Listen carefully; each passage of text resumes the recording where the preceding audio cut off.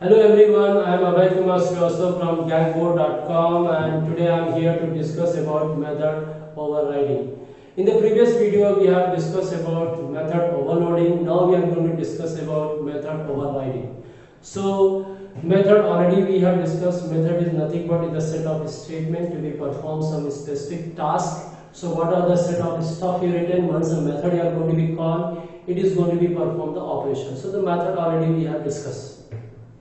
Talking about method overriding is the most important concept of object-oriented programming language. In that, what will be happen is we have to be discussed with help of inheritance. So suppose I have one class A, and that class is going to be inheriting class B. So A is called as a superclass and B is called as a subclass. That already we have discussed.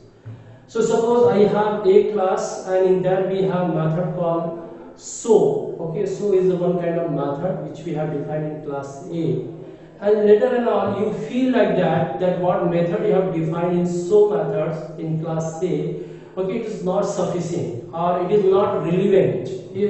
Like you are developing applications, you are going to be get to know like it is not relevant or it is not sufficient. We have to write some stuff is there inside, okay, in the so method. So instead of going in the class A and modifying the so method, what you can do is just class B you are making and inheriting the class A, and there you are going to be define the method called show, and after that what you are going to do is you are going to be write that new stuff, and the new stuff what is going to be happening is going to be override.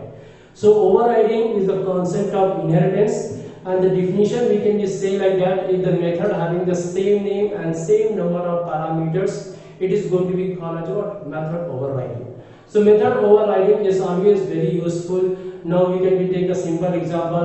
You have a WhatsApp app is there, or any app. Okay, it's not like a kind of WhatsApp app. So you have any app is there, and after 1 month or 2 months you are going to get update is there. So update is nothing but it is just like overriding is happening.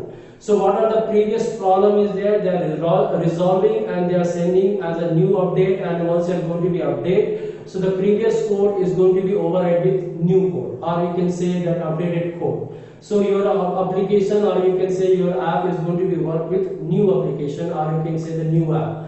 Okay, so that's why you use of method overriding. So method overriding is the concept of inheritance. Whenever we want to do the overriding, inheritance must be there. And the definition already I said to you, it is having the same method name and same name of a number of arguments, and the value whatever you are written in the subclass or what the method you are given in the subclass, that is going to be overriding the parents class methods. Thank you.